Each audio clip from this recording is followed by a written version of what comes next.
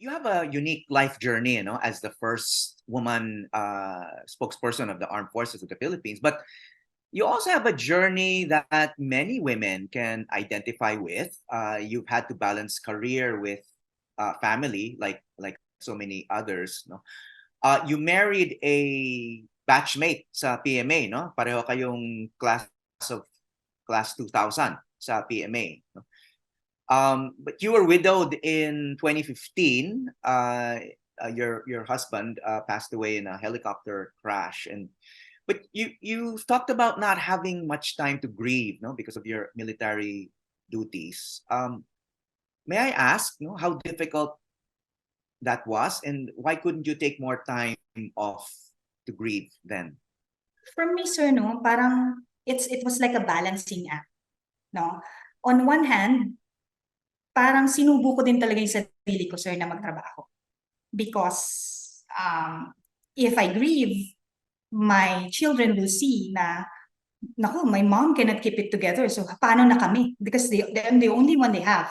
No? But after kasi nung mangyari yun sa husband ko, sir, my sons went they went back to school. No? So, parang hindi naman fair for my part na ako yung mag-take time off and then leave while my sons already went back to their regular thing they do. No? So, I have to keep it together and show them na, sige, tayo na lang, pero kaya ko. No? Kaya ko kayo. Itaguyod.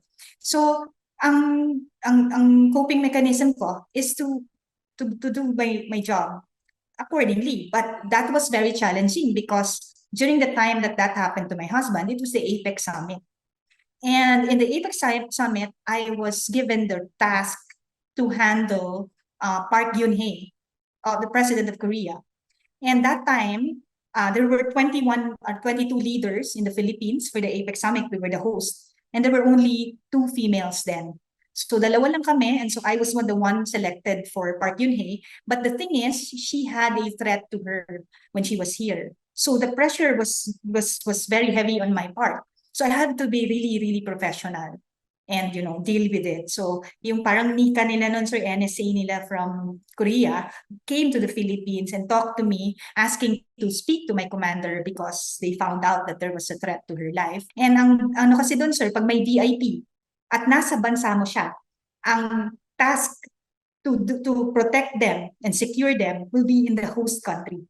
So napakalaki, sir, napakabigat nung role that was given me.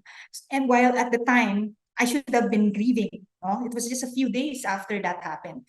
So yun, I had to really keep it together. But the thing is, naintindihan, sir, ng counterparts ko. And up to this day, sir, I'm really very close to my counterparts in the Secret Service of Korea at that time. So parang we were very professional, and they saw how professional I was also in terms of handling the different requirements of their VIP. After a few months, there is also the election na rin. So nangangampanya na kami, sir, sa PSG. So we traveled a lot and did a lot of activities. So na-shift yung focus ko from grieving. And during that time kasi, sir, my husband came from the US from schooling. So parang ang mindset naming mag-iina, wala lang si daddy, he's still in school.